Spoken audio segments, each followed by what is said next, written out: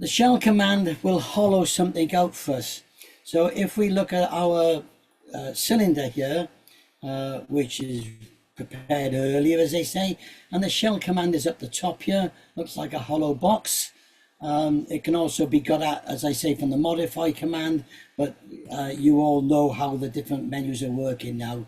So we click on the shell command and then we decide on what face or body we want. I want to hollow this out. So I click on that one there, and this then I can drag to the dimension that I want. Now over here we have our normal chain command, which we'll come to. We have a type there of sharp shell or rounded shell. I'll come on to that in a moment. We'll look at the sharp shell first, and then the outside thickness. Well, you've got a direction here, look, inside, outside, or both. I want to do inside on this one, and I can either type in the measurement there, or just drag it.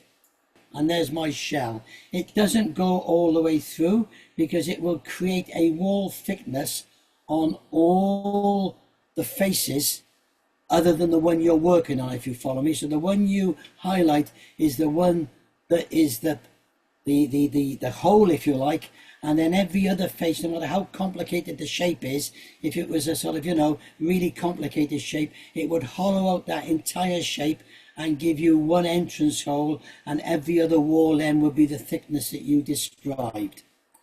So let's move on to something like the box a minute so we can see a few more things that we can do with it.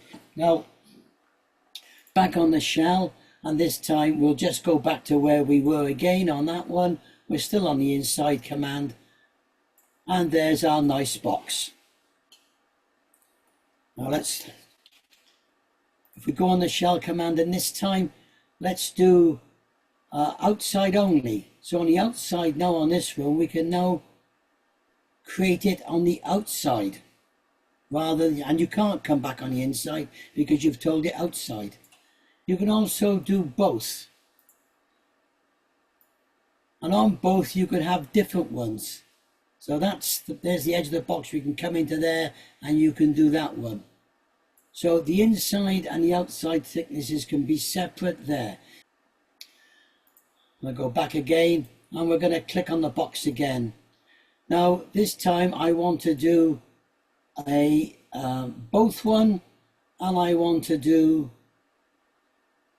that fashion there, and I don't want to mess about with all the fillets that Malcolm has shown us, etc. I want a box with nice corners. So if I pick that one there, that will then end up giving me the rounded corners that I want on it in a minute when I get there.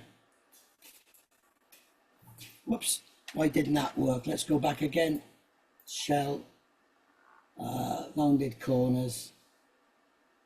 Why is that one not working now? Both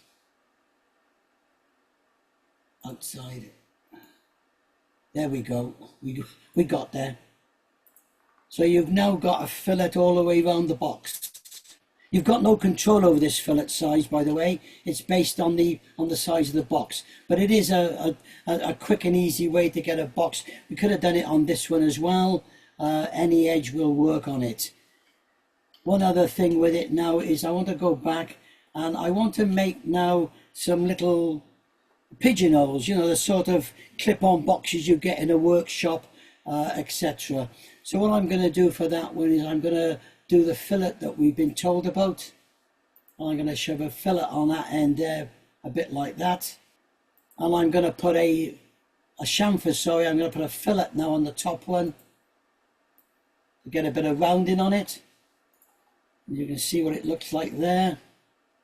And now I'm going to shell that. So I'm going to shell it, and I'm going to pick that face and that face and that face. And I'm doing an inside one. And there I've made my little storage box, if you like. I think we assume a shell is one way, but a shell can be any number. So if I was to go back on that one again, and this time hit the shell command and choose that face, and that face, and the back face, and again I'll stick on the inside, you can see it's taken the back away as well this time. So the shell can take away other sides if you wanted to.